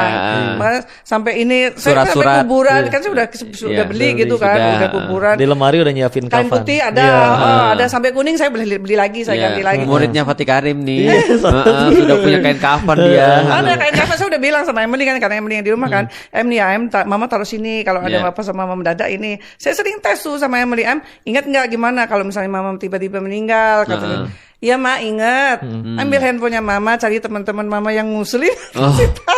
Oh, suruh ditalkin gitu ya. Berarti konsep kematiannya disamain dulu. Kan namanya anak sedih, namanya orang tua mati. Tapi kan akhirnya kita bicara namanya waktu itu kan ternyata yang penting bukan mati. Yang penting tuh husnul khotimah. Husnul khotimah itu kan bukan mati karena apa, tapi mati sedang apa, ya enggak? Kok matinya lagi sholat, atau matinya gara-gara Covid, tapi sedang apa? Sedang sholat, aman. Daripada kok matinya di masjid, tapi lagi apa? Lagi nyolong AC sama speaker jatuh ketimpa. Itu nggak jadi aman. Makanya ketika akhirnya alhamdulillah ternyata yang penting husnul khotimah, ya berarti aman dong. Anak-anak yang kena ledakan di Palestina berarti bisa dibilang beruntung, bukan kasihan. Bisa jadi mereka kasihan sama kita, ngapain itu si Dennis hidup di Indonesia umur panjang tapi malah jadi dosa. Jadi akhirnya pasti memang. Makanya kata Nabi yang disebut oleh, kita udah sepakat tadi yang kasta paling tinggi adalah Rasul. Sebaik-baik produk Allah yang pernah Allah ciptakan adalah Rasulullah, manusia terbaik. Tapi kata manusia yang terbaik itu yang paling cerdas di antara kalian semua adalah yang paling banyak mengingat kematian dan paling banyak menyiapkan bekal untuk hari tersebut. Itu untuk tazkiyatun nafs, untuk kenikmatan. Jadi dulu nanti yang ngomong ke mama, kalau nanti aku mati, kayak gitu. Gantian. Ya kalau yang ngomong kayak gitu, mama pasti sedih juga. Enggak, kalau saya mah karena udah biasa, saya udah biasa orang ngomongin kematian gitu. Ya deh lu. Tapi nanti umur ini tau, kau berarti umur sekarang 30-an ya? 29-30. Umur 29-30 masih ngobrolin kita bikin apa, kita produksi apa. Iya, dia belum nikah soalnya. Nanti umur 40 bahasannya, lu tahu dokter asam urat yang bagus? Iya benar. Umur 50, teman kita yang masih ada siapa lagi ya? Lu udah nengok belum dia udah punya cucu? Umur 60, ya udah makin gitu nanti. Tapi saya sering ngingetin anak-anak kok, sambil bilang mati nggak nunggu tua lo ya, saya begitu. Mati nggak nunggu tua lo ya, saya bilang jangan sampai kamu belum misalnya belum punya modal buat akhirat, kamu udah mati kamu nggak nginiin, saya bilang gitu. Mati nggak nunggu tua, saya bilang. Istilah gitu. dengan escape ini ada banyak orang bersaksi beliau jadi ladang kebaikan bagi banyak orang lain dengan pertanyaan-pertanyaan. Dan termasuk si Feren itu juga. Saya ini iya, datang harusnya hari ini datang nih, udah disti sama Ustaz Dennis. Dia ini mau ketemu Ko Dennis nih. Iya. Pokoknya salah satu yang paling sering dikirim di grup keluarga pasti videonya dari Muslim. Berarti kan itu ada yang tersirat kan kayak semoga anakku bisa kayak gini. Iya, karena lu terlalu panas. Karena dia terlalu panas. Iya, terlalu menggebu-gebu. Nah, mama kan udah ketemu nih, udah ngobrol kira-kira, berarti mama dalam hati sedikit mau kan lebih tenang hati. Oh iya, kalau misalnya gue bisa copy paste dari satu kejadian atau satu aktivitas yang Ko Dennis lakuin dari sebelum yang panas jadi sekarang bisa dingin adem gitu loh. What apa yang gue bisa lakuin? Ya kan pertanyaan biar lain kali di grup keluarga tuh yang dikirim video Raymond bukan video kayak gini. Aku sederhanain ya. Lu lihat Raymond kan sekarang kan. Menurut lu apa nasihat lu buat Raymond? Dia boleh. Supaya dia nggak selalu membuat ibunya khawatir gitu. Apa tuh? Kan lu udah lihat nih kayak gimana nih bentukannya. Kalau tadi bicaranya harapannya adalah adab bersama akhlak, bedanya apa? Adab itu didapat dari belajar, akhlak itu didapatnya dari ibadah memang. Jadi biar gimana, ibadahnya kudu dijaga sih. Udah kudu dijaga. Enggak, serius kami ada guru-guru kami itu yang misalkan beliau nggak mau berdakwah kalau malamnya nggak tahajud. Beliau ngejaga sehari itu minimal 40 rakaat. Beliau nggak mau mataharinya ngelihat cahaya matahari sebelum matanya selesai baca Quran 1 juz. Itu ada yang tingkatan kayak gitu. Tapi terlepas itu semua yang paling kalau ada yang menganggap bahwa si pendosa ini sudah dianggap baik, maka yang paling sering saya lakuin sih sebetulnya adalah satu sih, ingat dosa sih. Karena kadang gue mikir kayak gini ya Allah, orang tuh pada dakwah berbuat kebaikan, atau orang di luar sana mereka pada bisa nggak ya ke surga meskipun zuhurnya 2:30, asarnya 5:30, subuhnya 9:30, sholatnya lupa rakaat. Tapi bisa nggak ya mereka ke surga? Saya suka jawab kayak gini, pasti bisa, karena mereka nggak punya dosa sebanyak saya. Sedangkan diri ini yang ya masa lalunya kayak gitu, mudah Allah matikan kapan aja, tapi bukannya malah dimatikan, malah diizinin bertemu guru yang baik, bertemu orang-orang baik, bertemu sekian banyak orang baik, terus diri ini nggak mau belajar lebih banyak, berjuang lebih banyak, berkorban lebih banyak, menghafal lebih banyak, nggak tahu diri itukah diri ini, sehingga akhirnya ada kan orang yang nggak berani ada loh mama, orang nggak mau selingkuh cuman karena satu hal. Bagiku selingkuh itu jahat dan menjijikan, dan aku bukan gak naksir sama cewek, aku nggak rela diriku jadi manusia seburuk itu, gitu. Karena dia punya pride itu kan dalam dirinya, dan pride itu bagus. Tapi makanya balik lagi ya Allah, kalau orang lain ada yang berdakwah layak untuk dapat pahala, saya mah asal diizinin jadi penggugur dosa yang lama juga udah alhamdulillah banget. Ingat dosa. Allah tahu dosa saya. Allah tahu apa yang dilakukan diri ini pas sendirian. Tapi di sini malah dibikin orang sebaik mama pengen ketemu. Oh berarti kan ditutup kan aibnya saya.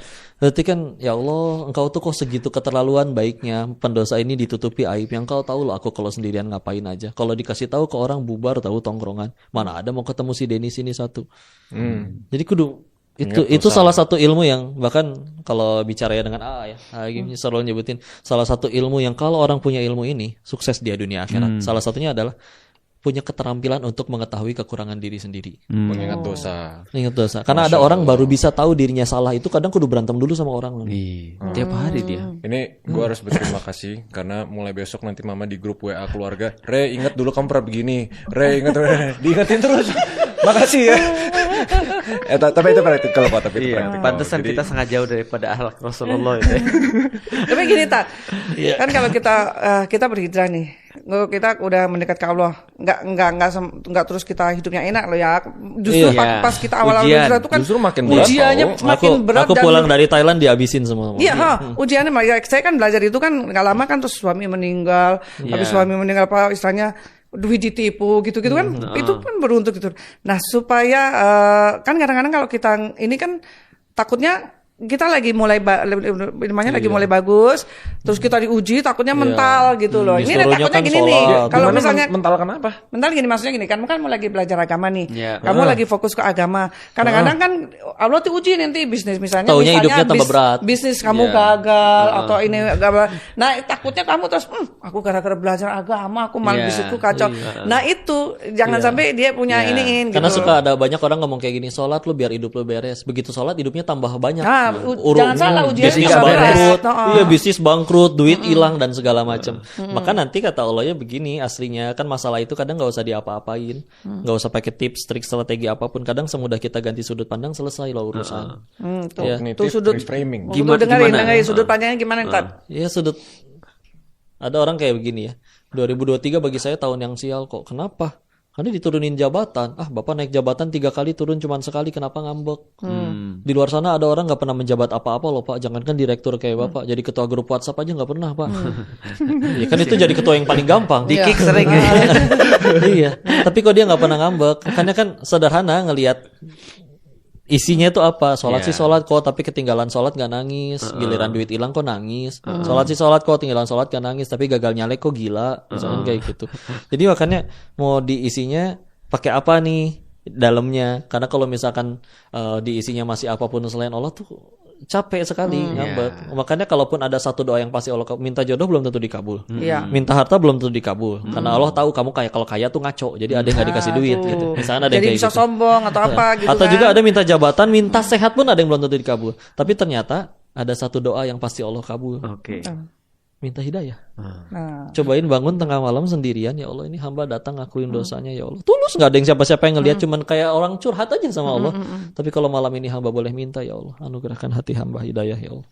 Karena kalau udah sampai Allah itu yang Allah kasih, kita mau hidupnya kayak gimana juga nemu jalan bahagia. Tapi kalau nggak punya itu, ya lihatlah para maling di negeri ini udah punya sekian banyak juga masih nyolong melulu. Masya Allah. Jadi ketika akhirnya gimana tuh supaya biar mana katanya sholat, giliran sholat malah habis semuanya, giliran ibadah malah habis semua. Nanti mudah bagi Allah diganti ininya, sudut pandangnya. Ada orang pengen sholat gara-gara pengen punya motor loh, Mami. Begitu akhirnya dia udah punya duit, mudah bagi Allah untuk dibikin. Aku dekatin dia dengan cara dikasih keinginan. Begitu dia sudah mendekat gara-gara keinginan itu, mudah bagiku mencabut keinginan itu dari hatinya. Dan dia sudah jadi manusia yang berbeda gara-gara itu. Jadi nanti sudut pandangnya berubah. Makanya kan dulu mikir gini, kenapa ya di Thailand itu aku sudah di titik sudah punya semuanya tapi tidak bahagia. Terus nanya dong, siapa atau orang yang bahagia tanpa alasan, tanpa batas? Yang jawab orang ateis waktu itu. Itu cuma orang suci kali yang dekat sama Tuhannya. Tak dulu siapa tuh yang mereka maksud? Oh, nabi-nabi kali ya, karena di sekolah Katolik juga dulu ada nabi-nabi. Ya juga nabi pahala banyak, dosa tersucikan, bersih, maksum. Tapi kok ujiannya parah banget gitu. Dan mereka nggak ada yang pundung, nggak ada yang ngambek, nggak ada yang berubah jadi jahat. Oh, masa ujian nabi gini-gini amat? Saya tuh nabi tahu ya Allah, nggak ada yang kayak gitu. Tetap aja lempeng jadi baik. Apa berarti yang minta kejar? Oh, karena itu dia. Bahagianya sudah bukan mana yang aku suka, tapi yang Allah suka. Hidupnya sudah bukan bertanya apa aku sudah bahagia, tapi sudah berapa orang yang kubahagiakan. Nah, sampai nemu begitunya itu kan nggak gampang, Ustaz. Waktu apalagi masih baru belajar, terus dia istilahnya kena gempuran ujian. Itu juga kan pembelajaran yang luar biasa. Ketemu guru dan yang lain-lain. Makanya kadang ada orang yang Allah bahkan nggak cuma dikasih gagal, ada juga orang yang dengan sengaja, kalau di kitab Al-Hikam ya, Syekh Ibnu Athaillah nyebut, akan ada orang yang memang Allah dengan sengaja mengizinkan dia bermaksiat. Dengan maksiat itu dia kena batunya. Gara-gara kena batunya dia sudah punya titik di mana aku nggak mau nyentuh titik itu lagi. Jadi kadang memang ya, makanya kalau kita ngelihat ada orang yang nyampe proses ke titik itu prosesnya lama banget, ya wajar banget. Karena bahkan di kitab Al-Hikam itu ada bahasan, aku membiasakan diriku 20 tahun tahajud baru ngerasain tahajudnya nikmat. Maka kalau misalkan hijrahnya aja belum 20 tahun baru 3 bulan, ya wajar dong kalau merasa berat. Kofelik mualafnya belum 20 tahun misalkan, ya wajar dong kalau masih ngerasa berat. Karena mereka tuh adalah orang-orang yang ngejar Allahnya tuh sudah sepanjang itu dan sejauh itu. Tapi kan balik lagi, Kofelik pernah bilang, dikutip dari hadis Nabi, bahwa amalan kita itu dinilai tergantung akhirnya. Nggak peduli kita berjuangnya mau 80 tahun, tapi kalau di akhir ditutup dengan La ilaha illallah, sudah happy ending, selesai. Hidayah itu. Nah itu makanya saya bilang kan, you ngeliat I kan berproses nikah lu. Makanya saya bilang gini kan, kan ada pepatah siapa yang mengejar akhirat dunia akan mengikutin. Tapi kalau kita ngejar dunia pasti akhirat ketinggalan, karena kan kita mati-matian dunia kita kejar. Betul. Kan. Jadi kita lupa ibadah, lupa gitu kan. Kejar gitu. dua-duanya. Dekat sama yang punya toko roti, kenyang makan roti. Sedekat sama yang punya dunia ya. Nah itu makanya saya bilang kalau masalah rezeki jangan khawatir. Istilahnya kan kalau saya sendiri kalau belajar dari pengalaman di hidup saya, maksudnya gini, setelah saya belajar tuh rezeki kan Allah udah tentuin ya. Selama kita mau hidup tuh kita masih dijamin rezekinya kan. Betul. Kalau kita udah batas rezekinya udah habis kan pasti kita Allah matikan kita istilahnya gitu. Jadi istilahnya kalau misalnya dulu waktu saya kondisi ya nggak ada suami gitu ya, nah itu saya pikirnya gitu aja. Nanti juga pasti Allah ada rezeki. Misalnya udah mentok misalnya. Ya Allah aku besok mesti bayar cicilan pakai apa? Udahlah, pasti Allah kasih jalan. Pasti itu bener. Ada gitu loh. Ini bener. Contoh nih pas udah seret, mama kan bilang, mama mau sedekah gitu. Gue udah tahu itu signalnya transferan, mama minta transferan lagi. Gitu. Jadi rezekinya nyusul dengan mama ngejar akhirat gitu. Bagus itu. Bagus itu. Aku pernah dengar Koremo nanya ke Kofelik terkait yang ini. Terkait kenapa di zaman dulu banyak polimat. Oh ya, polimat. Orang-orang jenius. Polimat ya, orang-orang jenius. Salah satu alasannya karena mereka kan tadi dia nuraninya dapat, ke Allahnya dapat, gara-gara ke Allahnya dapat dan cerdasnya juga ada. Kalau ada yang bilang zaman sekarang juga banyak tahu yang cerdas. Tapi kenapa zaman dulu tuh banyak yang PKI polimat? Karena salah satunya kenapa? Ketika dia udah cerdas terus ngejar Allah kasih yang namanya berkah. Karena dengan berkah itu, Masya Allah, semua sekarang orang pada nulis buku gampang. Tapi bedanya tulisan orang yang benar-benar nulisnya lillahi ta'ala, Allah kasih berkah, itu tulisan bisa langgeng 8 abad, orangnya wafat pun masih dibaca sampai sekarang. Karena orang-orang dulu itu nulisnya Masya Allah, Pak Raymond. Sebelum nulis wudu dulu, sholat sunnah 2 rakaat dulu. Ketika nanti pengen nulis batal, bela-belain wudu lagi buat apa sih? Imam Bukhari gitu nulis Sahih Bukhari, 16 tahun nulisnya. Jadi ketika akhirnya ada upaya sampai kayak begitunya ya, yang mungkin menurut sebagian orang, apa hubungannya wudu, sholat, nonggeng, sujud, bikin karya bagus? Oh, tapi kan karya kita nanti dilanggengkan oleh Allahnya, bukan oleh ininya. Dan Allah ngelanggengin suatu karya dengan keberkahan. Dilihat, Allah ngelihat soalnya ketulusan dia dalam menulis apa. Ketika dari awal untuk ngejarnya royalti apa segala. Nah itu nggak dikasih berkah. Iya, ngefek banget ke hati. Ngefek banget karena hati hanya bisa disentuh dengan hati. Makanya kalau kayak curhat duaan, teman sama teman di kamar, kenapa bisa nyampe? Tulus, dia saudaraku, aku pengen dia dapat kebaikan. Tapi kalau misalnya dia di panggung ditonton jutaan orang kan kadang ada goyang. Makanya kita meninggal gak ditanya berapa orang yang datang atau nonton kajianmu, tapi apa yang kamu ajarkan dan niatmu ini bikin podcast itu apa dari awal. Kalau Mama niatnya apa dengan pembicaraan ini? Sekalian say thank you dong ke Ko Dennis. Karena tadi udah say thank you tadi. Iya, Mau datang udah. diundang. Oh, iya. Itu. Salah lagi Ya. kan. Jangan ngomong jangan ngomong Say thank you. Kok Tony udah say thank you? Kita Mama soalnya udah volumenya udah high frequency banget gitu. Iya Oh. sih. Lu dong, lu yang ini dong, lu yang mewakili Mama dong. Apa yang lu dapet pada hari ini setelah ngobrol sama Ko Mewakili Dennis? Mama berharap Raymond Chin bisa setenang Dennis Lim. Iya. jadi Raymond 5 aja gitu. Ya, Mama berharap ya Raymond jangan sombong, jangan egonya gede gitu. Mama Besok kalau ada ujian jangan sampai mental tadi kata Mama. Iya, kalau gagal bisnis apa tuh ya jangan terlalu dipikirin yang gimana. Pas Iya. pokoknya kalau kamu ridho, kalau pokoknya tujuanmu ya itu kembali lagi tujuannya tuh untuk akhirat pasti itu Allah kasih ganti. Iya. Nah, contohnya kayak Ko Dennis tuh. Iya. Dia misalnya dari awal kan misalnya mau belajar di sana kan habis-habisan ya Ko Dennis ya. Habis-habisan misalnya iniin duit kalau- banyak habis gitu tapi sekarang kan Jadi kalau Mama punya 2 anak ya, ini 2 anak nih api air ini. Ya satu enggak gua enggak dia gua. Banyak loh orang pengen jadi kayak Ko Raymond. Serius. Kalau kayaknya lebih sedikit orang pengen jadi kayak Ko Dennis. Jadinya pengen kelihatan pintar. Iya, memang. Bagus itu. Biar balance. Iya, biar balance Iya. gitu. Kalau aku mengadu domba duanya ini. Ini kakak tertua berarti. Adik-adik. Oh, makanya ini trio Cindo nih kalau ini Iya, mesti makanya. kan trio Cindo. Kakak nih. pertama adik sah. Iya, lu patkai dong berarti. Ya, aku korban lah. Makanya thank you Ko Dennis. Makasih Thank banget, you, Ko Mama. Dennis. Udah Tapi itu penting banyak karena memang petualannya. akhir-akhir ini kan memang kita bahas tentang transcendental kan. Karena kalau sudah transcendental itu dia tidak cukup hanya akal doang. Tapi Nurani. penting sekali. Di umur 40 aku nasihat dari Ustadz Hafiz ke aku adalah belajar lebih banyak tasawuf. Itu nasihat Ustadz Hafiz ke aku, nasihat guruku ke aku. Belajar lebih Beliau banyak yang tasawuf. ngajarin juga pondasi-pondasi logika itu. Iya sebenarnya. betul. Beliau yang ngajarin fondasi logika Tasawuf, tapi tasawuf. tazkiyatun nafs tadi. Menyucikan Penyucian jiwa. Penyucian jiwa tadi atau hati tadi. Nah, jadi artinya itu memang sudah mulai ketika sudah umur 40, sudah memang harus begitu. Makanya radikalnya berkurang ya. Oh iya, alhamdulillah. Radikalnya kupindahkan ke tempat yang lain. Makin radikal. Enggak, ini beda Telurkan. radikalnya beda. Kalau ini gear 5, yang melar bukan tangan lagi, yang melar semuanya. Ya. Jangan. Oh iya, nggak boleh. Jangan mulai loh. Oke, siap. Oke, Boleh makasih, penutup Bang. nggak sih? Apa? Satu kisah menutup boleh nggak? Boleh, boleh, sedikit. boleh, Bang. 2 juga boleh, 3 Iya. boleh. Oh, Ada orang soleh dapat rezeki, dia minta kiainya untuk dipotong, dia beli kambing, dipotong untuk dikasihin kepada semua orang. Iya.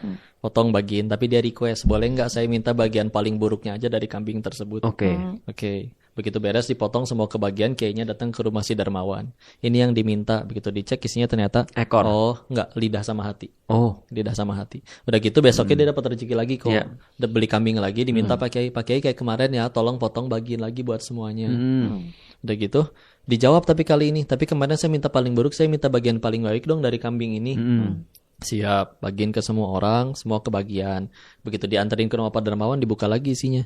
Isinya kok sama lidah sama hati. Nanya ke Pak Kiainya, Pak Kiai kok sama terburuk dan terbaik? Dijawab manusia juga gitu. Kalau misalkan hati dan lisannya udah baik, dia bisa jadi sebaik-baiknya makhluk. Tapi kalau hati dan lisannya kotor, dia bisa menjadi seburuk-buruknya makhluk. Kita nggak pernah ada yang pernah sakit hati sama kambing ya. Kambing kurang ajar. Nggak ada. Nggak ada yang pernah. Tapi kita semua pernah sakit hati sama mulut orang. Iya. Kayak sudah. Nggak akan kita bisa nebar kebaikan sebanyak apapun itu dan langgeng, berkah, awet. Kalau nggak dari sini ya berusaha dibersihin dulu. Makanya itu salah satu ilmu tazkiyatun nafs kudu dijaga bener-bener supaya nanti ketemu pondasi ilmu apapun, ketemu yang beda tuh nggak pada malah berantem, yang ada malah sibuk guyup melanggengkan. Jadi istilah teko hanya mengeluarkan isi teko soalnya isinya air putih, ya keluarnya air putih, nggak mungkin jadi kopi. Nah kita ngucap itu kan apa yang ada isi di hati sebetulnya. Iya, betul. Kalaupun bisa ngucap seindah mungkin tapi beda sama hati, orang kerasa kok. Enggak, itu mah munafik. setuju, mah. Makanya kan kalau bilang Besok katanya beli kambing. bicaranya buruk katanya bicara doang nggak mungkin, pasti dari hati juga. Iya. Gampangnya ketahuannya kalau kaget. Kalau kagetnya astagfirullah. Karena ada orang kaget nyebutnya kon. Wah, aku kaget misu lagi. Berarti hatinya bisa. Hati-hati dinasihatin mama lo. Mama mau melakukan penutupan. Mau ditutup Mama? Ini Boleh, udah hari-hari terakhir. Iya, ini udah hari-hari terakhir sudah menjelang Lebaran. Apa ya? Buat yang Saya sih- nonton selama ini. Makasih banget Reman mau Doain belajar. kita dong, Ma. Iya ya nanti. Pokoknya nih. Yang belajar Doraemon, Tolong ya. yang belajar Doraemon, tapi se Indonesia dapat manfaatnya loh. Yang Masya Allah. request gue yang susah dia. Makasih banget nih Reman mau belajar Masya Allah. Islam. Makasih banget buat Ustaz Ferry Iya. mau ngebimbing Reman, mau bikin acara ini gitu ya. Iya. Kita sih nggak berpikirnya nggak sampai sejauh untuk menginspirasi orang ya. Pokoknya saya berpikirnya pribadi yang penting Reman belajar. Iya, benar. Yang penting Reman belajar. Kalau sekarang misalnya banyak yang termotivasi, terinspirasi itu alhamdulillah itu bonus yang luar banget biasa. gitu. Ya. Ya semoga bermanfaat lah. Makanya lain kali bikin lagi nggak apa-apa, yang pokoknya yang penting bikin motivasi orang lebih baik lagi. Tuh investor sudah ngomong. Oh, kode ini sebelum di Iya, belum didoain kok Dennis Dennis juga nih. makasih banget. Syukur-syukur pokoknya nanti jangan selesai sampai di sini, tetap berguru sama Kodini. Iya, rumahnya dekat kok di sini. Dia Iya. baru tahu ternyata tetangga juga Iya, semuanya. memang. 10 menit naik motor. Iya, makanya jadi belajar lagi high tension. High tension.